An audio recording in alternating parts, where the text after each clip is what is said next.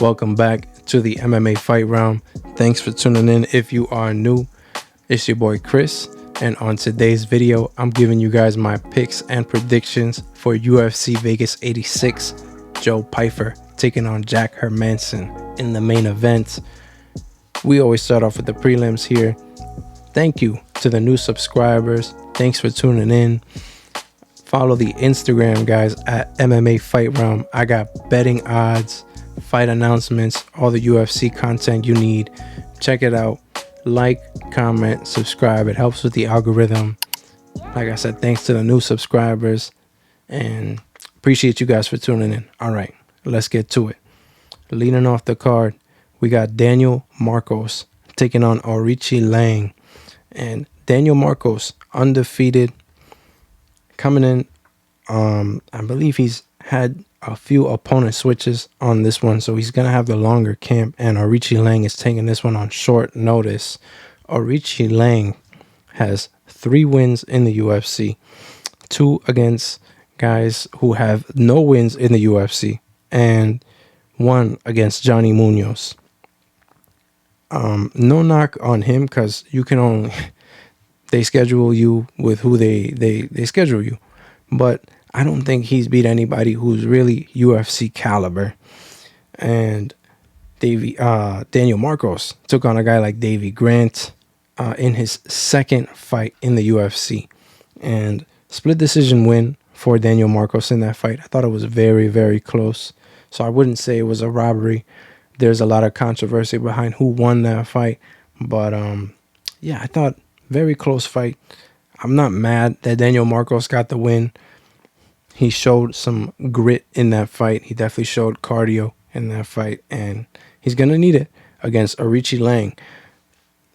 I think that Aoriqileng against Jeff Molina, he left himself very unguarded, very exposed for strikes that Daniel Marcos is going to watch the tape and see that, this is a guy who has some sharp striking.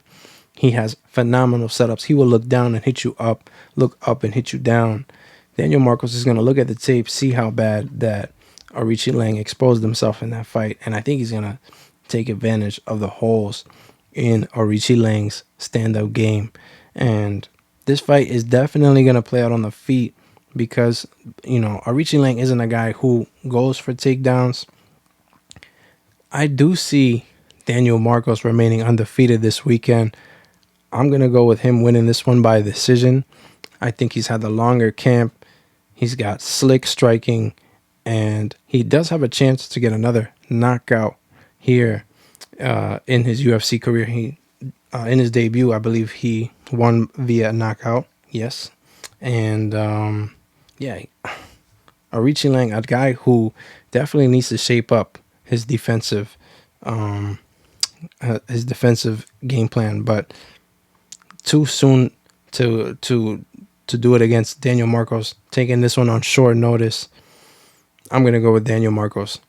All right, guys. Next fight, we got Hyder Amil taking on Fernie Garcia. Fernie Garcia is coming up on short notice in this one, and he's moving up a weight class for this fight. 3 fight losing skid in bantamweight. Journey Newsom, Brady Heiston, and in his last one, Rinya Nakamura. Now, these guys, in all 3 fights, they had success with the striking against Fernie. They had success with the grappling against Fernie, and more so the grappling, I would say, because Fernie definitely likes to keep the fight on the feet, and he was landing some punches against Brady Heiston. Brady Heiston had to switch the game plan, take him down. Rinya Nakamura, a phenomenal wrestler in his regard, so he, took him down regardless of whatever Fernie's game plan was in that fight. And Hyder Amil, on the other hand, is a striker. So this fight is going to play out on the feet. Hyder Amil coming off a decision win on Contender Series, where it was very underwhelming, I would say, because it was a lot of grappling exchanges. and you don't really earn yourself a contract all the time off a decision win on Dana White Contender Series. But this guy's undefeated, and I don't think we saw the best of him on that fight because he does have some finishes in LFA and knockouts overall. I think he is going to have the power advantage in this fight. He has more knockout wins than Fernie Garcia. Fernie Garcia only one knockout win in his career, which came on Contender Series. So these guys are both Contender Series prospects, I would say, because, you know, Fernie yet to pick up a win in the UFC, still, you know, a prospect. So yeah, this is third opponent change for Hyder Amil. Longer camp. He's going to have a height and reach advantage here. I think that now this fight is playing out with in the striking, and now that he has a height and reach advantage, now we get to really see what Hyder Amil can do. Be on the lookout for his high kick. Fernie Garcia was susceptible to it in his past fights. I think Hyder Amil's got a great high kick, so I'm not going to call the knockout here. I am going to lean decision because it is his debut. Give me Hyder Amil to win this one by decision, guys. Next fight is Zach Pauga taking on Bogdan Guskov. Now, this fight's real tough to pick here. Bogdan Guskov, 14-3. Now, a lot of wins, but I wouldn't say he's faced anybody who has really given him a test, because in his debut, man, he got outclassed against Volkan Oezdemir. And, you know, Oezdemir is a tough opponent to make your debut against. Oezdemir faced everybody at this point. You can say Guskov went home off that loss and definitely learned a lot. I'm not sure if he learned enough in the wrestling, because that's what he's going to need against a guy like Zach Pauga. Zach Pauga is a clinch control, decision win type of guy. He's going to clinch and control, takedown and control type of guy. He doesn't look to stand much. And, you know, in his career, he has a lot of... He has been very successful at closing the distance against many of his opponents, and, you know, just working the clinch game, getting the takedown. I think that's what he's going to be able to do against Bogdan Guskov. Guskov did not have much to offer on his back in the regional scene, and against Volkan Oezdemir, he was subbed in a few seconds, which I'm going to have to lean Pauga here with the grappling advantage. I got to go with the wrestler here on this one. I think that if Zach Pauga avoids the power punches coming from Bogdan Guskov and closes the distance, it's his fight, man. And he's going to get the takedown. Guskov not going to have much to offer, and he's going to have a lot of trouble getting up in this fight.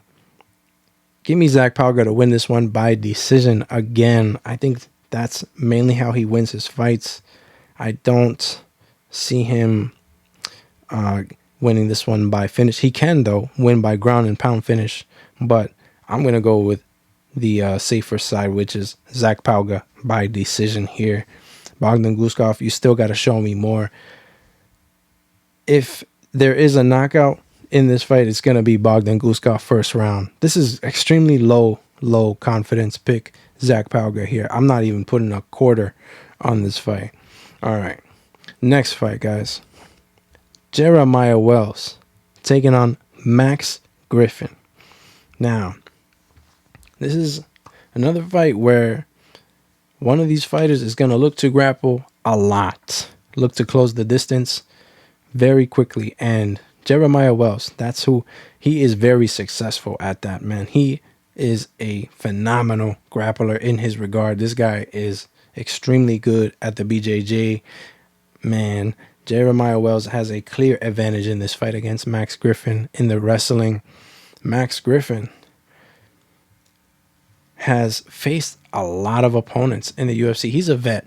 He's coming off a loss against Michael Morales. He's faced pretty much everybody, though. He fought guys like Colby Covington, Neil Magny, Carlos Condit, Michael Morales. And, man, I would say that the experience side, I'm going to lean Max Griffin. But Jeremiah Wells, wrestling side, I got to lean Jeremiah Wells.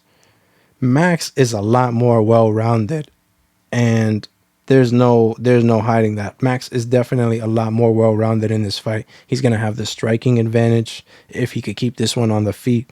And if he gets taken down, I'm not sure about him getting subbed. It's going to be real hard to sub a guy like Max Griffin. I think he can work his way back up. And if he works his way back up, this fight plays out on the feet longer than it should. For Jeremiah Wells, it's the more that it plays out on the feet, the more I favor this fight for Max Griffin. I'm gonna go with Max Griffin to win this one. I mean, you faced every wrestler in 170 at this point. You have got to show some get up game. It's real hard to take him down. He's actually got real good takedown defense. Let's take a look. 69% for Max Griffin. Give me Max Griffin to win this one. I think that he, like I said, he's going to have the striking advantage, a lot more well-rounded than Jeremiah Wells. He might get taken down, he might drop a round in this fight, but he might, but I think he's going to win the next two, or win the first two and drop the third. Max by KO or by decision. He's going to have a height and reach advantage in this fight. He doesn't normally have that in his fights. He talked about that. Now he's facing a shorter opponent, and he said he's got some for him. So I'm also going to lean on that. Max Griffin by KO or by decision. All right, guys. Next fight up is Devin Clark taking on Marcin Prachnio. Now, Marcin Prachnio reminds me of a type of guy who's really good in the gym and training. However, he just fails to get it done. Fails to get it done under the bright lights. And Devin Clark is just an athlete, man. He is mainly gonna grapple.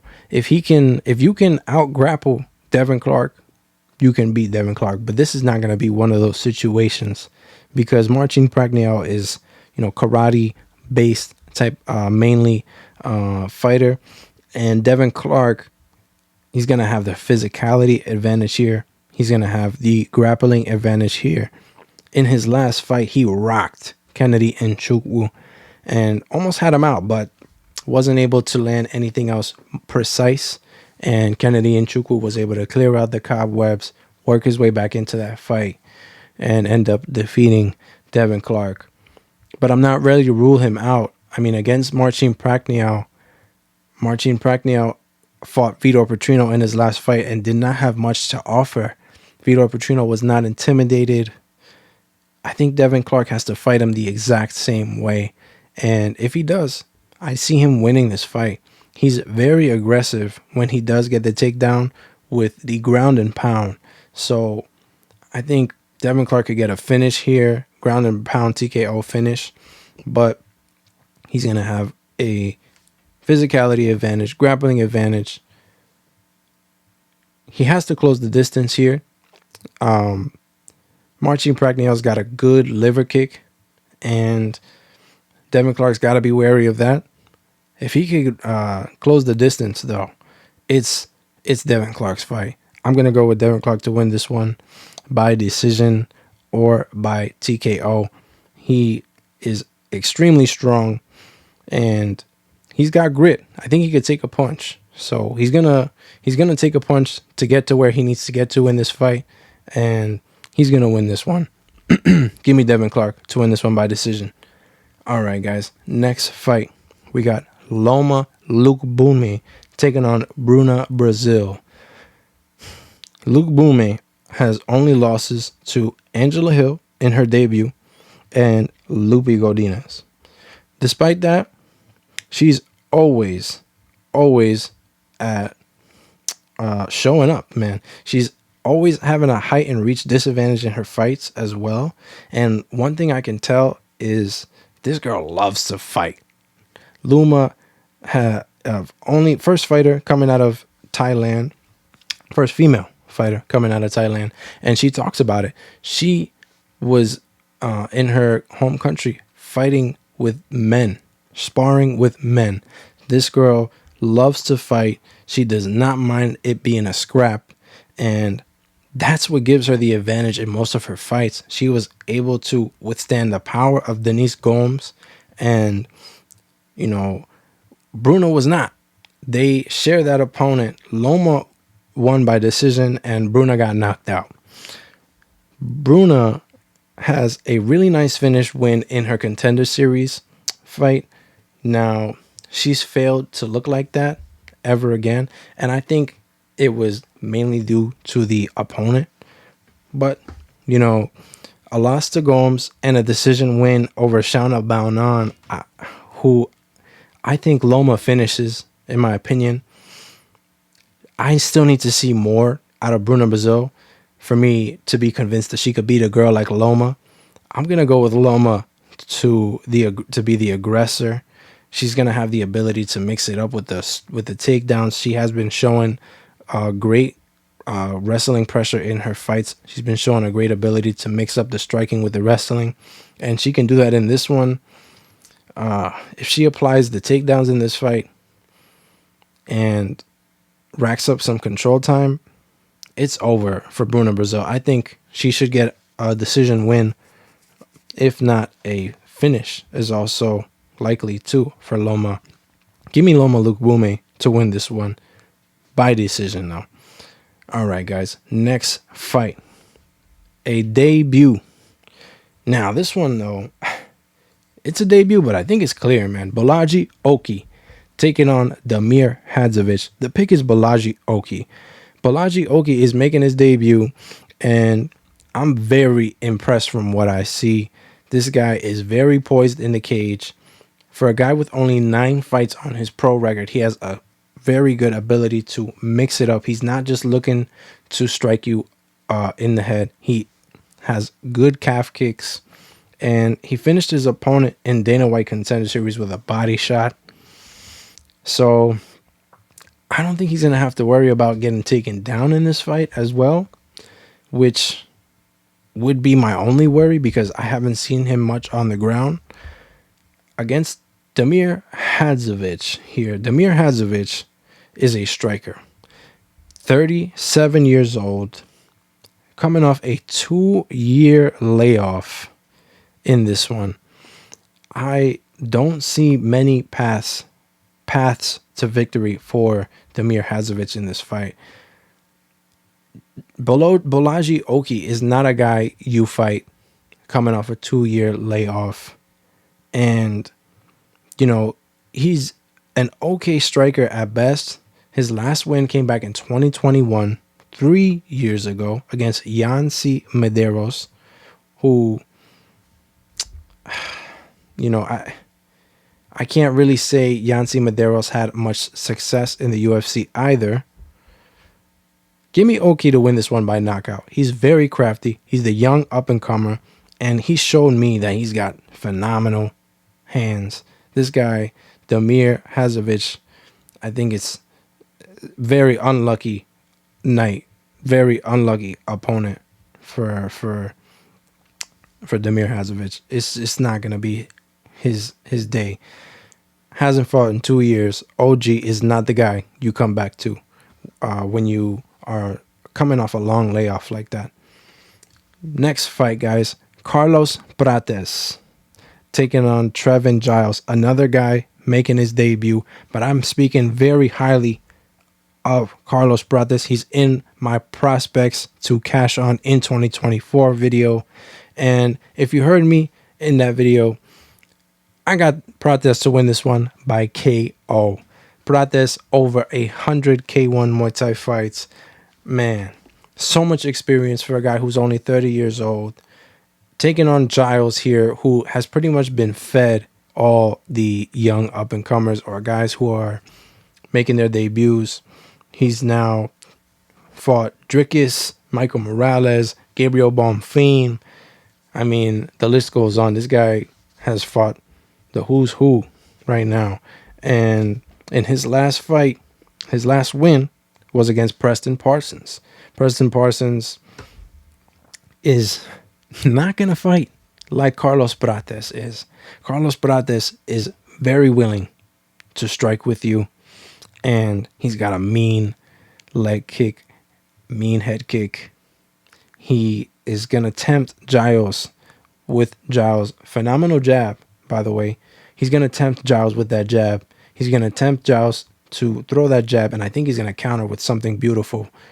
Carlos Prates to win this one by KO. I think Trevin Giles is a step behind the new age, and it's crazy to say because he's only 31, but he's got 12 fights in the UFC, so we could say he's a veteran at this point, and he's just not having good moments against these new guys. And the up-and-comer Carlos Prates, he's gonna show us this Saturday night exactly who he is, man. Carlos Prates by KO. Next fight, guys. Armen Petrosyan taking on Rodolfo Vieira. Now, this is clear grappler versus striker here. Petrosyan is going to have an advantage on the feet, Rodolfo on the ground. However, I think Rodolfo Vieira doesn't have much success getting the takedown, and that is what's going to cost him here. His takedown accuracy is 26%. 26%. And Armen Petrosyan's takedown defense, 36%. But that does not look good. Let me just say that does not look good at all.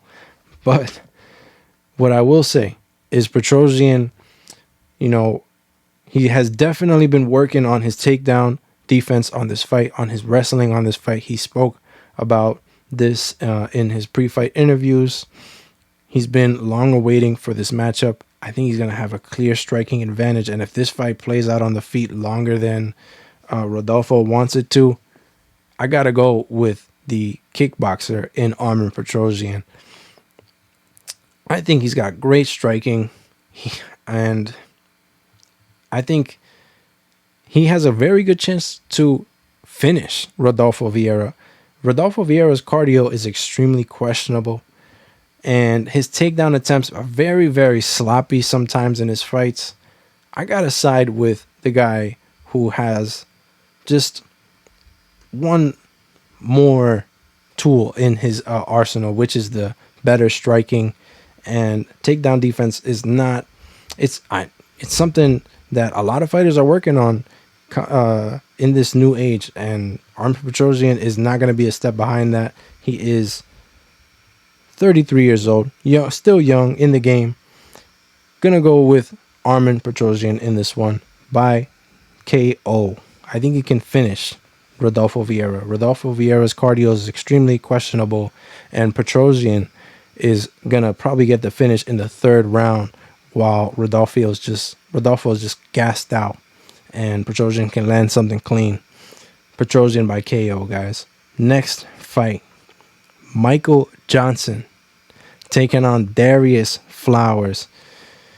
I'm a big fan of Michael Johnson, man. He's fought the who's who of lightweight, and it's a reason why he's 21-19. That is extremely sad to say, because Michael Johnson, the performances that he's put on, you don't think he's a 21-19 fighter. He doesn't show that. So this one, in this case, records do not speak much for Michael Johnson in this one. In this case, guys, Darrius Flowers, however, 12-6, and I think it's 12-6 for a reason. This guy is extremely wild when he's fighting. Man, he is just throwing haymakers, hoping to land them, and if they don't, he is extremely gassed out or extremely open for a real bad shot. And Michael Johnson has been in there with everybody. I like to think that Michael Johnson has a striking advantage here against Darrius Flowers. I think he can see the shots coming, the wild shots coming from Darrius Flowers, the haymakers that Darrius Flowers is going to be throwing in this fight. Flowers is moving down a weight class for this one. And now this guy, he used to fight at middleweight at one point. So, extremely big dude for lightweight. I'll credit him that. He's going to probably have a physicality advantage here, but I don't see him wrestling much. He is a boxer predominantly, came from a boxing background, and not a good boxing record. 1-10 for the boxing career. Gonna side with Michael Johnson. The record doesn't speak for how talented Michael Johnson really is, and Darrius Flowers taking on a tough opponent in Michael Johnson. I think, he fought Jake Matthews on short notice at 170. Jake Matthews, also a tough opponent. Also a guy who's very experienced. And Jake Matthews showed him the ropes. Michael Johnson, another guy, very experienced. Darrius Flowers is not getting any favors here. And I think Michael Johnson is going to school him. Give me Michael Johnson to win this one by decision. All right. Next fight. We got RoboCop Gregory Rodriguez taking on Brad Tavares. Brad Tavares coming off a decision win over Chris Weidman. Now, that's not impressive. I think Brad Tavares should have won by finish there against Chris Weidman, who had an extremely long layoff in that fight. And, it just looked like a sparring match more than it was a fight. Gregory Rodriguez is extremely aggressive when he's in there. And I think that's the reason a guy like Chris Weidman didn't want to fight RoboCop. Gregory Rodriguez is RoboCop. RoboCop is coming off a knockout win against Dennis Tululum. And that's going to be largely the story of this fight. I think RoboCop is the guy who will leave his all in there. And Brad Tavares, I think he leaves some in the tank in his fights. And I think it's because he's afraid that he's going to gas out. I don't know what it is, but that's just what he's been looking like in his fight. And Rodriguez has that mentality like, you got to kill me to get me out of there. I like that out of him. Brad Tavares has not gotten a knockout since 2018, or a finish since 2018. I'm feeling real confident in RoboCop to win this one by KO. I don't see many paths to victory for Brad Tavares unless he switches his mentality up for this fight. But RoboCop is going to match him there. And he's already the more aggressive guy. I got to go. And he's going to have the advantage on the ground. Let's not sleep on RoboCop's BJJ. Give me Gregory Rodriguez to win this one by KO or by decision. Brad Tavares is a tough guy to get out. So I wouldn't be surprised if it does go to the judges' scorecards. But 30-27 is possible for RoboCop. All right, guys. Next fight. We got another guy making his debut. Robert Brzyczek, or Brzyczek, hope I'm saying that right, taking on Ihor Potieria. Potieria moving down to middleweight for this one. He's had a couple scraps at light heavyweight. We have never seen him at middleweight. So this is going to be very interesting. And Robert making his debut, he is coming off a 5-fight winning streak, all finishes. So I like to see that. Octagon FC, great promotion. I like to see that he was able to get it done by finish in his last 5 fights. And I'm going to side with Robert Brzyczek on the power in this fight. Ihor taking this one on short notice, and he's dropping down to middleweight. I think that's going to affect how he takes shots. And Robert is a guy who, Polish power, has been knocking out dudes lately. I can't say that I'm extremely confident on this pick, but I'm going to go with Robert Brzyczek I think he can knock out Ihor Potieria. Ihor moving down, and he was getting tagged real bad in light heavyweight.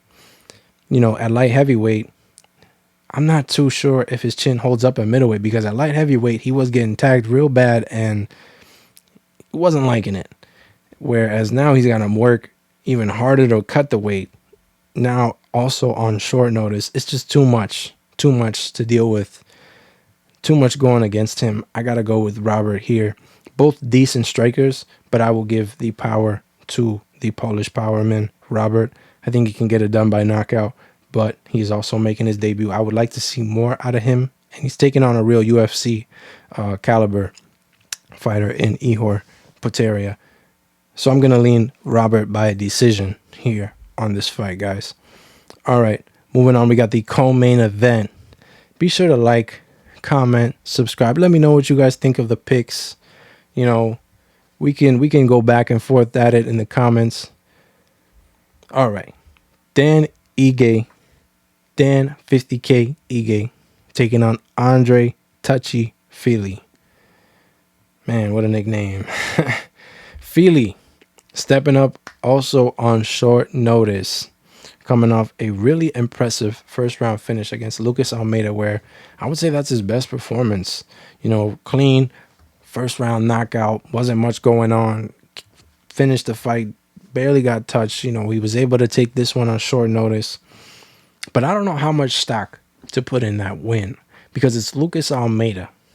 And Lucas Almeida has not shown much in the UFC. I think he's only got one win in the UFC. So I think this is an extremely big step up from unranked fighter in Lucas Almeida to Dan Ige, ranked 13th in the featherweight weight class. This is an extremely big step up, and Ige is great all around. They share an opponent in Bryce Mitchell, and Ige was able to tag Bryce Mitchell real bad, had him bleeding in the fight, had him hurt. And in the grappling exchanges, Dan Ige showed a lot more grit, was able to work his way back up a lot better than and a lot quicker than Andre Feely. Andre Feely got dominated in that fight against Bryce Mitchell. He just spent the entire fight on his back when he got taken down. There was not many ways for him to get up. And I'm not saying that that's how this fight is going to play out. I think this fight, these guys are both willing to fight to strike each other. But Dan Ige's got some great setups, and I'm going to lean on the power being on Dan Ige's side, because, Bryce Mitchell said it himself. This is the hardest puncher he's ever faced, which was Dan Ige. And, Dan Ige has knockout finishes in the UFC, very impressive knockout finishes.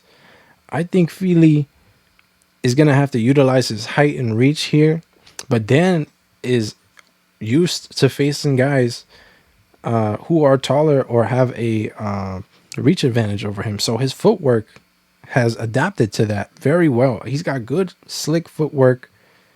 He's willing to take one to give one, and I don't think Feely is gonna be able to land that one shot clean KO on Dan Ige that he was able to land on Lucas Almeida. I'm gonna go with Dan Ige to win this one by decision. I would feel different about picking Ige if Feely had a full camp. However, I just think it's very quick of a turnaround. I'm iffy on that. And Dan having the longer camp, the great ability to adapt when he's in his fights, I see him getting it done on the scorecards. If he does drop around, I wouldn't be surprised, maybe 29-28. But if we see a finish in this fight, I think I'm going to lean it being Dan Ige finishing Andre Feely. He is got some power in those hands, but Andre Feely has been showing improvement lately. So tough opponent. Really good fight we got in the co-main event, guys. Give me Dan Ige to win that one on the scorecards. All right, main event. Joe Pyfer body bags Pyfer, taking on Jack Hermansson. And the pick is clear. Joe is about to put another body in the bag, man. Joe Pyfer has shown me everything that he needs to show me for me to be convinced that he can definitely rise to the occasion and take on a guy in the rankings like Jack Hermansson. Jack Hermansson, coming off a long layoff in this fight, he has not fought all of 2023. And to come back against a guy like Joe Pyfer is an extremely tough task. I wish he had a tune-up fight before he took on a guy like Joe Pyfer. But some might even say that this is a tune-up fight because Joe Pyfer is moving up in the rankings. And, you know, Jack Hermansson, he's been holding on to his ranking spot for a very long time now. Didn't fight the entire year. So he's proven. He's been in there with a lot of people. You know, a win over Chris Curtis too.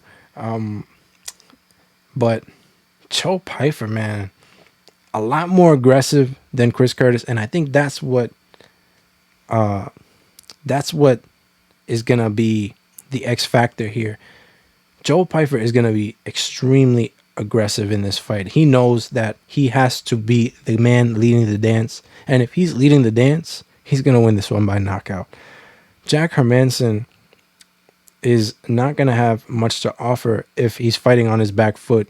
And Joe Pyfer understands that. I'm very convinced with what Joe Pyfer has shown me. And yeah, he's got a good game plan in all of his fights. I think he's going to show us something very unique this Saturday. He wants to get an impressive finish. He wants to move up in the rankings. This is a guy who is talking about how he can be a future champ. And with what we've seen, he definitely has that potential. Jack Hermansson, I think we've seen his better days in the cage. And yeah, long layoff. I don't like it. Give me Joe Pyfer to win this one by KO, second round. It could also happen in the first, but I'm going to lean second round. Joe body bags Pyfer to end the card. And there you guys have it. Those are my picks for UFC Vegas 86. Hope you guys liked it. Thanks for tuning in. Like, comment, subscribe. Let me know what you think, man. Peace.